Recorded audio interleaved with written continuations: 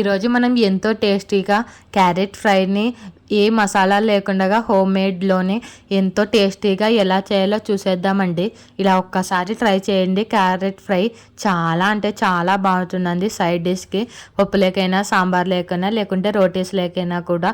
ముందుగా ప్రాసెస్ చూసేద్దాం. ముందుగా నేను ఇక్కడ 5 క్యారెట్లు తీసుకొని శుభ్రంగా వాష్ చేసుకొని చిన్న చిన్న ముక్కలుగా కట్ చేసుకొని పక్కన పెట్టుకుందామండి.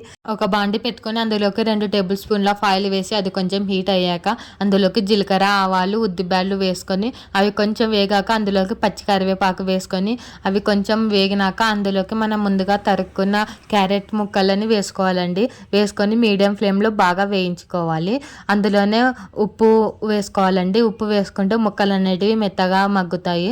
సో అలా వేసుకొని అందులోకి కొంచెం పసుపు కూడా వేసుకొని బాగా కలిపేసుకొని మూత పెట్టేసుకొని బాగా మగ్గనిచ్చుకుందాం. మధ్యలో మధ్యలో చెక్ చేసుకుంటూ బాగా వేగనించుకోవాలండి. క్యారెట్ ముక్కలు అనేటివి కొంచెం కలర్ చేంజ్ అవుతాయి. ఆ టైంలోన మనము కారం వేసుకోవాలండి. తగినంత కారం వేసుకొని ఎండు కొబ్బరి పొడి, ధనియాల పొడి వేసుకొని బాగా కలిపేసుకోవాలండి. బాగా కలిపేసుకొని వేడివేడిగా సర్వ్ చేసుకుంటే మన సింపుల్ క్యారెట్ ఫ్రై రెడీ అండి. ఇది సైడ్ డిష్కి చాలా బాగుంటుందండి. ఒక్కసారి ఇలా ట్రై చేయండి. ఈ రెసిపీ ఫుల్ వీడియో కావాలంటే కింద లింక్ ఇచ్చాను, ఒకసారి చెక్ చేయండి. Thanks for watching this video. Subscribe my channel.